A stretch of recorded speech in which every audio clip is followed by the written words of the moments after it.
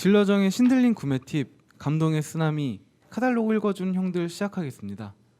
에디터들 자기소개 부탁드릴게요. 나부터 하라고. 원맨쇼인가요? 원맨쇼? 안녕하세요. 부자와 랩을 좋아하는 30대 아저씨 엔카TV 아트 디렉터 낯가리는 관종 큐피드입니다. 왜 이렇게 오늘 길어요? 안녕하세요, 곤잘로입니다. 아 뭐야? 네, 안녕하세요. 딜러정입니다. 오늘은 나를 완성시키는 SUV의 새로운 드레스 코드, 스타일리시 앤 터프 하이브리드 레이브 4 라브4 팔아주세요. 그 차량 설명에 영문이 많으니까 네. 렉 걸리시네요. 라브4는 토요타의 컴팩트 SUV죠. 네.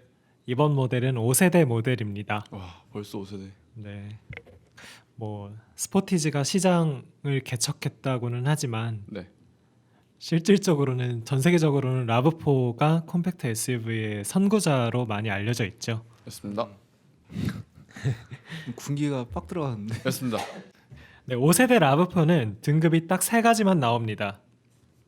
가솔린 전륜 구동, 하이브리드 전륜 구동, 그리고 하이브리드 4륜 구동. 이렇게 세 개가 끝이죠. 트림 구성이 간단하죠?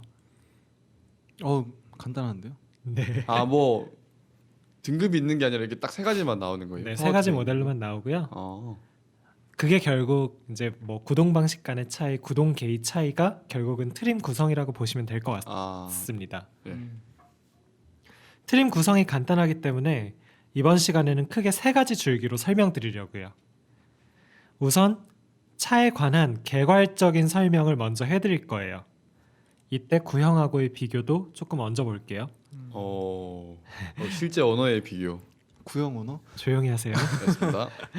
네, 둘째로 등급 간의 차이를 설명드릴 겁니다.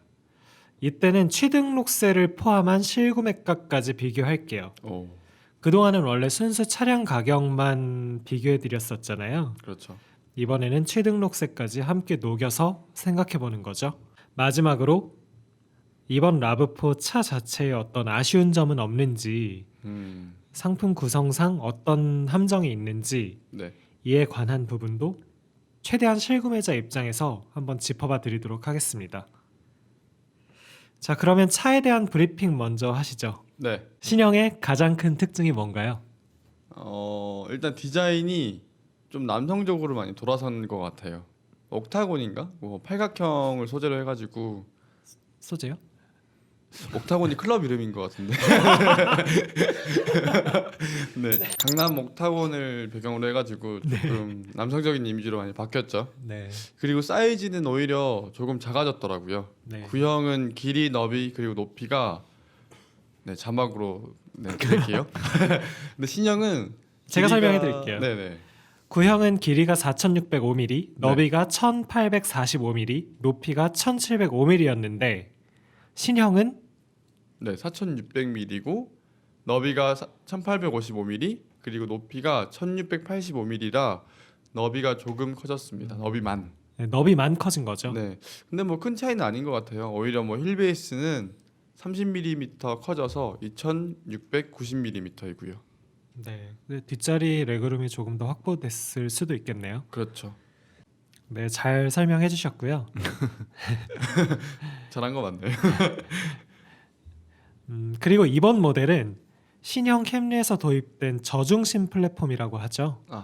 네, TNGA 플랫폼으로 만들어졌습니다. 그래서 주행감이 좋다는 평이 많더라고요. 대신에 해외 쪽 리뷰를 제가 어젯밤에 좀 봤는데 소음에 관한 지적이 끊임없이 나오고 있습니다. 소음이요? 네, 하이브리드 같은 경우는 엔진 소리가 너무 많이 유입된다. 뭐 노면 소음, 풍자음이 좀 크다, 윈드 노이즈가 크다. 이런 얘기들이 좀 보였고요. 참고로 말씀드리면 저희는 아직 시승하기 전이어서 네. 우리의 의견은 아닙니다. 네. 저희 아직 시승 전입니다. 네, 시승 전이에요. 네, 시승 전이에요. 3주 네. 뒤, 4주 뒤 얼마? 자, 플랫폼이 바뀌었다고 설명을 드렸는데요. 또 엔진도 바뀌었습니다.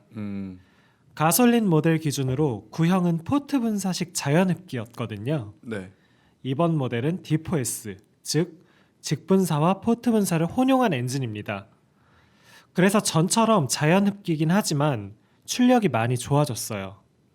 구형은 똑같은 2.5리터로 179마력이었던 반면에 신형은 207마력이나 되죠. 출력이 세죠. 네. 올랐네요 많이. 또 하나 큰 차이는 구형 가솔린의 변속기는 6단 AT였거든요. 근데 그에 반해 신형은 8단으로 다단화됐습니다. 우와. 이러면 가속력도 당연히 좋아지고 또 연비 면에서 특히 고속 연비가 많이 좋아지게 되죠. 실제로 구형은 복합 연비가 9.7km/L였는데 신형 가솔린 모델은 11.4km/L입니다. 상당히 좋아졌어요. 그러네요 진짜. 하지만 참고로 말씀드리면 네. 구형이 약간 공인 연비는 나쁜데 실연비가 되게 잘 나오는 차거든요. 아 실전비가 더 잘 나와요? 네, 실연비가 제가 4.5세대 가솔린 모델을 갖고 있거든요. 네. 근데 지금까지 누적 연비가 한 11km/L 정도 나오고 있습니다. 참고만 해주세요. 공인 연비가 뭐 맞을 때가 대체로 많지만 어디까지나 좀 참고용이라는 거. 네. 네, 하이브리드로 넘어갈게요. 하이브리드도 가솔린하고 마찬가지로 새로운 D4S 엔진을 달았습니다. 그래서 하이브리드인데도 엔진 파워가 순수 엔진 마력이 178마력이나 돼요. 모터 출력은 120마력이죠. 네. 그래서 합산 출력, 시스템 출력만 놓고 보면 전륜 구동은 218마력, 사륜 구동, 즉 E4 모델은 222마력이고요. 연비는 사륜이 15.5km/L이고 전륜은 리터당 15.1km입니다. 오. 참고로 사륜 구동 모델의 뒷바퀴 구동은 엔진 토크는 가지 않고요. 순수하게 모터로만 합니다. 그래서 엔진 힘은 오로지 전륜에만 갑니다. 제가 토요타 자료를 좀 살펴봤는데 네. 이번 이 E4 모델의 후륜 구동용 모터의 토크가 구형 대비해서 30%나 커졌다고 하더라고요. 그래서 이런 덕분에 뭐 오히려 전륜 구동형보다 공인 네. 연비를 잘 받은 게 아닌가 싶은 생각이 들었습니다. 그러네요. 사륜이 원래 좀 연비가 나쁘게 나오잖아요. 네, 근데 얘는 뒷바퀴를 모터로만 돌리기 때문에 오히려 더 잘 나온다. 네, 근데 되게 좋은 것 같아요. 왜냐면 우리나라 차 중에 SUV 하이브리드는 아예 없잖아요. 전무하죠. 그쵸. 뭐 이런- 니로가 있긴 한데 니로는 사실 SUV로 보기에는 조금 그쵸. 네, 약간 키 높은 해치백 같은 스타일인데 네, 사실 정통 SUV에 이렇게 하이브리드 시스템 있는 차가 없으니까 네. 선택지가 이건 유일한 것 같아요. 네, 뭐 렉서스 UX, NX, RX가 있긴 하지만 어쨌든 토요타 계열이고요. 그렇죠. 뭐 메르세데스 벤츠의 GLC 350이 플러그인 하이브리드 모델이죠. 네. 걔가 있긴 한데 걔는 가격대가 좀 상당히 올라가고요. 그래서 많이 이 가격대에서는 어떤 대중형 SUV 중에서는 하이브리드 모델이 실질적으로는 라브4밖에 없는 것 같아요. 네, 이제 등급 간 차이를 설명해 보겠습니다. 갑자기. 네, 등급 간 차이 설명할게요. 다행이다. 가솔린 전륜 구동이 기본형이라고 보시면 되고요. 하이브리드 전륜 구동이 중간급, 하이브리드 사륜 구동이 풀옵션이라고 보시면 됩니다. 네. 그래서 가솔린 기본형의 값은 3,540만 원입니다. 구형보다 소폭 올랐죠. 하지만 뭐 토요타 세이프티 센스, TSS나 EPB, 전동식 파킹 브레이크가 기본화됐기 때문에 네. 이 정도는 납득 가능한 수준인 것 같아요. TSS가 뭐예요? 토요타 세이프티 센스, 반자율 주행, 아. 네, 혼다 센싱 같은. 네네. 그래서 우선 기본형의 장비는요. 가솔린 기본 모델의 장비는 LED 헤드램프가 달립니다. 하지만 구형도 있었어요. 그 형도 LED였어요? 네, 4.5세대부터 LED가 달렸죠. 이게 다만 반사판 방식이 MFR 타입입니다. 네. 그래서 프로젝션 타입은 아니긴 한데요. 어쨌든 광원은 LED라는 거. 하이브리드는 똑같은 LED 헤드램프인데 프로젝션 타입입니다. 그래서 램프 디테일 면에서 가솔린과 하이브리드 간의 차이가 있겠죠. 둘을 구별할 수 있는 포인트일 겁니다. 그 약간 좀 DM8 소나타처럼 네, 구분할 수 있는 거죠. 네, 소나타도 MFR하고 인스퍼레이션만 프로젝션을 써주고 뭐 이런 식이죠. 네. 그리고 썬루프가 기본이에요. 대신에 파노라마 썬루프는 없습니다. 라브4는 전 트림에 썬루프가 들어가긴 하는데 대신에 자그마한 1열만 뚫려 있는 그런 썬루프입니다. 아니 근데 이거 안전 문제로 파선 꺼리시는 분들도 있잖아요. 그렇죠. 그럼 좀 나을 수도 있지 않을까라는 생각이 살짝 네. 듭니다. 제가 타는 4.5세대 모델도 이 조그만 썬루프인데 저는 오히려 이게 더 좋더라고요. 잡소리도 안 나고 뭐 열었을 때 시원시원하고. 썬루프를 아예 없앨 수는 없는 거예요? 무조건 있게끔. 네, 무조건 달려 있습니다. 어. 그리고 가솔린 기본형부터 스마트키, 시동 버튼, 운전석 전동 시트, 프로토 에어컨도 기본으로 달고 있습니다. 또 시트가 천연인지 인조인지 아직은 정확하진 않은데요. 제가 추정하기로는 인조인 것 같은데 어쨌든 가죽 시트고요. 1열에는 시트 열선도 있고요. 2열 등받이 각도 조절, 즉 리클라이닝도 지원합니다. 근데 사실 빠지는 게 참 많아요. 이게 값이 지금 개소세 3.5% 기준으로 3,540만 원이라고 말씀드렸잖아요. 네. 근데 산타페 TM 이 정도 가격 주고 사면 가솔린 2.0 터보에서 옵션 진짜 왕창 때려박을 수 있잖아요. 그렇죠. 반면에 라브4는 뒷자리 열선조차 없고 전자동 테일게이트도 없죠. 운전대 열선도 없죠. 심지어 휠도 17인치죠. 4.5세대 같은 경우는 기본 휠이 18인치였는데요. 네. 이번 신형은 휠 사이즈가 오히려 작아졌습니다. 좀 아쉽죠. 토요타 코리아가 아직 정신을 못 차린 것 같아요. 언제 차린 적이 있어? 죄송합니다. 사실 저는 좀 상품성이 많이 좋아질 거라고 기대를 했는데 썩 좋아진 것 같진 않네요. TSS 말고는. 네, 대신에 뭐 TSS 넣어줬으니까. 이거 먹고 떨어져. 여하튼 가솔린 모델은 그냥 진입 장벽, 뭐 시장 가격 낮추기 용인 것 같습니다. 심지어 내비게이션도 없어요. 진짜요? 네, 내비 없습니다. 저거 안 돼요? 카플레이나 뭐 이런 거? 뭐 이따가 말씀드릴 건데 안 됩니다. 진짜요? 휴대폰 네. 거치대 송풍구에 딱 달아. 그렇죠. 다이소에서 구입하시고요. 진짜요? 뭐 대신에 오디오에 디스플레이 창은 있긴 하거든요. 하지만 어쨌든 내비는 없고요. 통풍 시트나 운전대 열선 같은 것도 뭐 아예 기대도 할 수 없는 상황이죠. 이 정도면 거의 산타페나 투싼은커녕 뭐 코나 깡통 수준의 장비 수준 아닌가요? 그렇죠. 스토닉 중간급 그 정도? 네, 좀 가솔린은 팔 마음이 없는 것 같아요. 원래 이렇게 안 좋았어요, 근데? 구형 4.5세대 같은 경우는 메모리 시트도 있었고요. 진짜요? 네. 근데 내비 같은 경우는 원래 없긴 했어요. 가솔린은. 그래서 영업사원분들이 프로그램을 심어 주셨죠. 어쨌든 하이브리드로 넘어가 볼게요. 네. 고고. 일단 하이브리드 전륜 구동 모델의 값은 3,930만 원입니다. 하이브리드 전륜 구동 모델은 라브4의 전체 트림 구성으로 따졌을 때 중간급이라고 말씀드렸는데요. 그래서 가솔린 모델의 기본 장비를 전부 담고 있고요. 거기다가 프로젝션 타입 LED 헤드램프하고 내비게이션 프로그램이 추가가 됩니다. 참고로 아틀란 맵이에요. 아이나비 이런 느낌의. 네. 근데 이게 오너분들이 되게 불만족해 하세요. 뭐 업데이트도 막 30분씩 걸리고 해서. 근데 그거 가솔린도 그냥 넣어줄 수 있는 거 아니에요, 사실? 어차피 프로그램만 넣으면 되니까. 설치하면 끝일 텐데. 근데 안 넣어줬더라고요. 너무했네. 진짜. 네, 팔기 싫다는 의지 표명이 아닐까 싶습니다. 근데 오늘 너무 팩트로 저희 때리는 거 아니에요? 네, 뭐 그냥 팩트 얘기하는 겁니다. 저희는 의도가 없습니다. 때리진 않고. 네. 여하튼 결정적인 하이브리드 모델의 가장 큰 장점은요. 테일게이트가 전자동 타입이라는 겁니다. 가솔린 모델은 손으로 쿵쾅하면서 열고 닫아야 했잖아요. 그렇죠. 근데 하이브리드 모델부터는 전자동 테일게이트가 들어갑니다.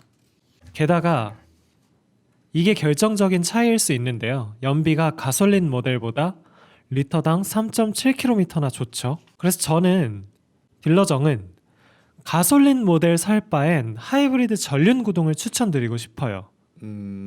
전자동 테일게이트가 달려있어서 장비 면에서도 우수하고 비단 연비가 좋아서 뿐만이 아니라 필수적인 장비가 들어있기 때문에 내비도 달려있고요. 네. 무엇보다 실질적인 구매 가격 차이가 줄어듭니다. 가솔린이 3,540만 원이고 하이브리드 전륜 구동이 3,930만 원이면 가격 차이가 390만 원 차이처럼 보이잖아요. 그렇죠. 하지만 실구매가는 더 줄어듭니다. 실구매가 차이는. 왜냐하면 하이브리드는 취득록세 감면이 되니까. 등록할 때 쓰는 비용이 적게 들겠네요. 네, 하이브리드는 그러네. 맥스 한 140만 원 정도까지 감면을 해주잖아요. 네. 그래서 둘 간의 가격 차이가 약 한 270만 원 정도로 좁혀지더라고요. 괜찮은데? 그래서 270만 원 정도 차이에 전동 트렁크도 주고 연비까지 확 좋아지고 내비게이션도 달아주니까 이건 정말 가솔린을 살 필요가 없죠. 심지어 프로젝션 타입의 LED 헤드램프까지. 괜찮은데요? 가솔린 모델 좀 그거 아니에요? 3,540만 원에 내놨어. 근데 맞아. 이거 사지 마. 네. 실질적인 건 이거야. 이렇게 하는 것 같은데. 네, 하이브리드 전륜 구동이 오히려 가솔린 기본형보다 가성비는 더 좋은 것 같습니다. 그러게요, 진짜. 자, 마지막으로 트림 구성상 최고 등급인 라브4 하이브리드 4륜 구동 모델을 짚어드릴게요. 값이 무려 4,580만 원입니다. 구형이 얼마였죠, 곤잘로? 4,260만 원인가 그랬죠? 네, 많이 비싸지긴 했죠. 방금 전에 다룬 하이브리드 전륜 구동하고 비교하면 차값에서만 650만 원 차이가 나고요. 취등록세까지 포함한 실구매가는 약 690만 원으로 700만 원 가까이 벌어집니다. 대박이다. 많이 비싸지죠? 진짜 너무 비싼데요? 그래서 그런지 몰라도 렉서스 NX하고 비교하시면서 고민하는 분들도 계시고요. 네. 팰리세이드가 정말 싸게 나왔구나. 빨리 사야 돼. 네, 그런 분들도 많더라고요. 근데 진짜 너무 비싼 거 아니에요? 4,580만 원이면 거의 팰리세이드 중상위 옵션으로 구매할 수 있죠. 그렇죠. 어쨌든 하이브리드 4륜 구동에서 추가되는 옵션을 말씀드리면요. 이걸 보면 거의 완성형이라는 느낌이 듭니다. 우선 계기판이 전자화되고요. 그래서 중앙에 7인치 LCD 액정이 달려서 속도계가 전자식이고요. 네. 또 운전석 전동 시트에 시트 메모리 기능이 들어가고요. 스마트폰 무선 충전도 되고 레인 센서, 우적 감지 와이퍼죠. 이것도 되고요. 앞유리 와이퍼 얼었을 때 녹여주는 와이퍼 디아이서라는 것도 달려 있습니다. 좀 우리나라 한정에서는 필수 옵션으로 통하지는 않습니다. 참고만 해주세요. 결정적으로 하이브리드 4륜 구동 모델에는 운전대 열선, 앞좌석 통풍, 뒷좌석 열선이 들어간 유일한 등급입니다. 아니 핸들 열선하고 통풍 시트하고 뒷자리 열선 같은 거는 이 SUV에서 필수 옵션 아닌가요? 그러게요. 이걸 최고 등급에나 점점점. 그렇더라고요. 그래서 그런지 몰라도 현재까지 계약자의 약 70%가 하이브리드 4륜 구동을 계약했다고 합니다. 비단 4륜 구동이어서인 탓이 아니라 4륜 구동 모델에만 운전대 열선이나 뒷자리 열선 같은 그런 필수 옵션으로 여겨지는 것들이 달려 있어서 그런 것 같아요. 몇 가지 포인트가 더 있습니다. 저도 사실 아직 실차를 못 봤어요. 그래서 정확하진 않은데요. 4륜 구동 모델 인테리어에 가죽이 좀 더 쓰여서 고급스럽다고 합니다. 그리고 하이브리드 전륜 구동에도 전자동 테일게이트는 있잖아요. 네. 당연히 4륜 구동에도 있는데 거기에 킥 센서까지 추가가 돼서 이렇게 발길질 트렁크 밑으로 휙휙 이렇게 하면 네, 자동으로 열리는 거 있죠? 네. 네, 그게 됩니다. 또 DMB가 나오는 유일한 등급이고요. 나머지 등급은 전부 17인치 휠인데 하이브리드 4륜 구동은 18인치 휠로 나옵니다. 이거 솔직히 말해서 이거 하이브리드 사륜 팔겠습니다. 이거 아니에요? 손모가지 나간다잉. 네, 마지막으로 하이브리드 4륜 구동 모델에는 트레일 모드라는 게 있습니다. 제가 이거 자료를 좀 살펴봤더니 그 브레이크를 활용해서 구동력을 제어하는 듯한 느낌을 주면서 험로 탈출을 돕는 기능이더라고요. 그래서 전자식 4륜 구동의 어떤 5대5 락킹 기능까지는 아닐지언정 험로에서 좀 살짝이나마 유리하긴 할 것 같습니다. 근데 솔직히 이번 라포는 진짜 옵션질이 역대급이네요. 하이브리드 사륜 아니면 사지 마. 안 팔 거야. 약간 이런 느낌이기도 한데 값도 너무 비싸고 4,500이 만만치 않죠. 그랜저도 이 정도면 완전 프로비죠. 그쵸. 취득세까지 하면 하이브리드 4륜구동 모델 기준으로 한 4,730, 4,750 정도 들겠더라고요. 프리미엄 럭셔리 SUV 아니에요? 그러니까 아시다시피 곤잘로 알죠. 이렇게 비싼 차 타면 네. 큐피디님이 그 사람 진짜 싫어하거든요. 엄청 감사합니다. 네, 말씀이 없으시네요. 멀어지고 있어요 지금. 근데 약간 일본 차들이 다 이렇게 옵션이 좀 엉망이잖아요 다들. 네, 엉망. 근데도 사람들이 좀 사긴 하죠. 그냥 그거에 대한 기대가 없긴 그렇죠. 한 거죠. 뭐 안정적인 품질이나 뭐 남들 타는 차 너무 떼빙하는 거 싫은 분, 뭐 이런 분들. 저 내구성이 되게 좀 포인트인 것 같아요. 일본 차 사는 사람들. 특히 토요타 차 중에서요. 캠리하고 라브4는 정말 내구성 좋기로 뭐 거의 끝판왕이죠. 그러니까요. 내구성 면에서 정말 고장 안 난다고. 그래서 이번 라브4 사실 분들도 제가 충고 한마디 해드리자면요. 이번에 사시면 한 15년 정도 못 바꾸실 겁니다. 바꾸고 싶어도 못 바꿔. 고장이 안 나요. 변명이 할 게 없어요. 이제 마지막으로요. 신형 라브4 5세대 모델의 상품 구성상 장단점을 짚고 가겠습니다. 실구매자 입장에서. 오호. 앞서도 잠깐 얘기했지만 이번 신형은 TSS 즉 토요타 세이프티 센스가 있죠. 네. 구형은 없었죠? 아예 없었어요? 없었습니다. 사각지대 경보만 네. 있었나요? 네. TSS에는 긴급 제동 보조가 있는데요. 네.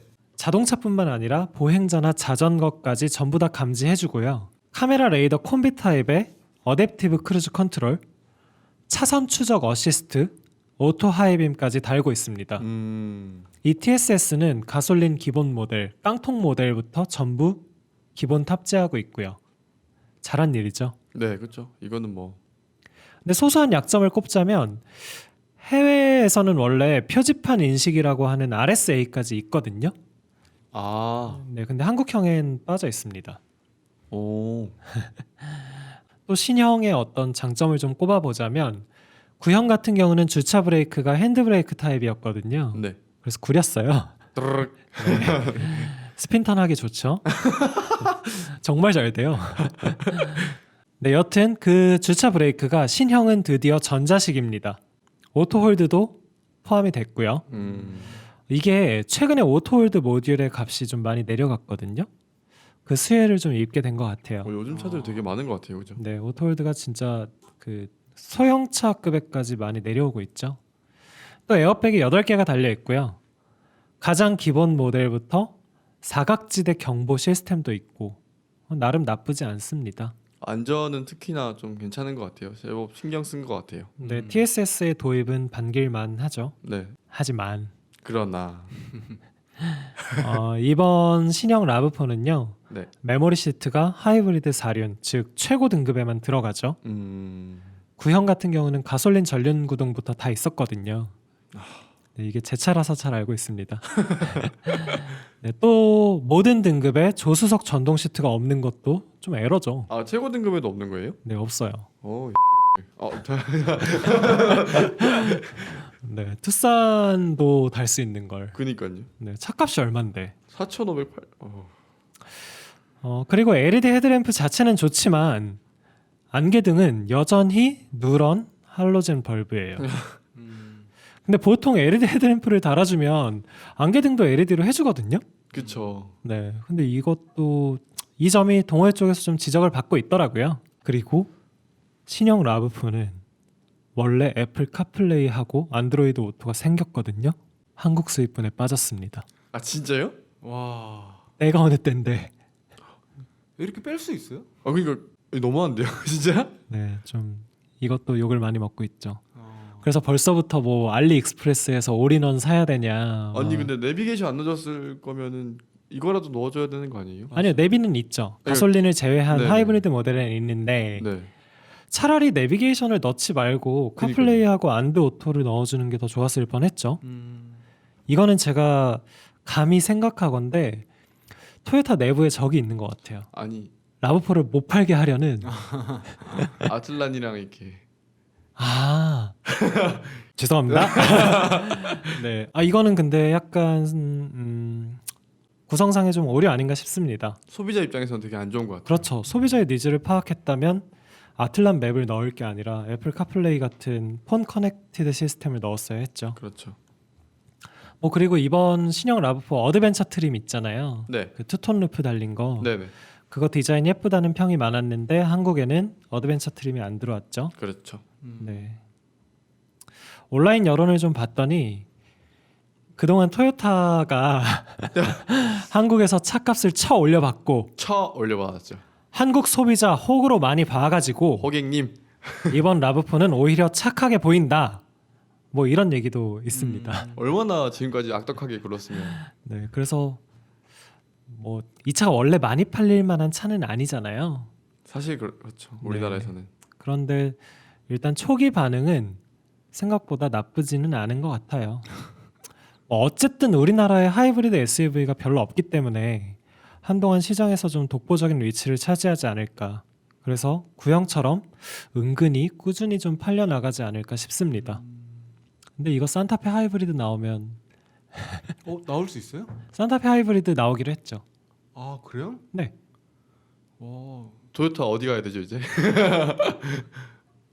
저희 근데 반일 감정 진짜 없고요. 저 심지어 라브4 타고 있습니다. 저도 여러분. 1년 전까지만 탔고. 근데 그 네. 좀 다칠까봐 거기다 영국 국기 붙이고 다니시는데. 저 작년 8월 15일 광복절에 차 집에다 두고 걸어 다녔어요 진짜로. 제가 그 제 차에 유니언잭 마크를 왜 붙였냐면 큐피디님이 혹시 3일 전에 815 콜라 맛있다. 근데 여러분 저 진짜 토요타만 좋아하는 게 아니라 저 뭐 독일 차도 좋아하고 실제로 독일 차도 갖고 있고 현대도 그래서 저희가 뭐 특정 브랜드의 편을 들거나 반대로 특정 브랜드를 깎아내리거나 하려는 게 아니라 정말 이 차의 상품 구성, 패키징을 바탕으로 팩트로 말씀드린 거니까요. 저희 사심이 없다는 거 좀 알아주셨으면 좋겠습니다. 저희가 이 방송을 하는 이유는 누차 말씀드렸지만 여러분께서 차를 사실 때 조금이나마 합리적으로 소비를 하셨으면 하는 바람이고요. 만일에 옵션 구성상, 상품 구성상 좀 나쁜 짓이 보이면 그걸 지적을 해서 다음번에 차가 나올 때 합리적인 패키징으로 나오고 그 수혜를 여러분, 즉 소비자들이 가져가셨으면 하는 바람에서 이 방송을 하고 있는 거니까요. 네, 오해하지 말아주셨으면 좋겠습니다. 오예 해주세요. 곤잘로 오늘 진짜 누클리어 노잼이네요. 핵 노잼, 김정은 노잼. 죄송합니다.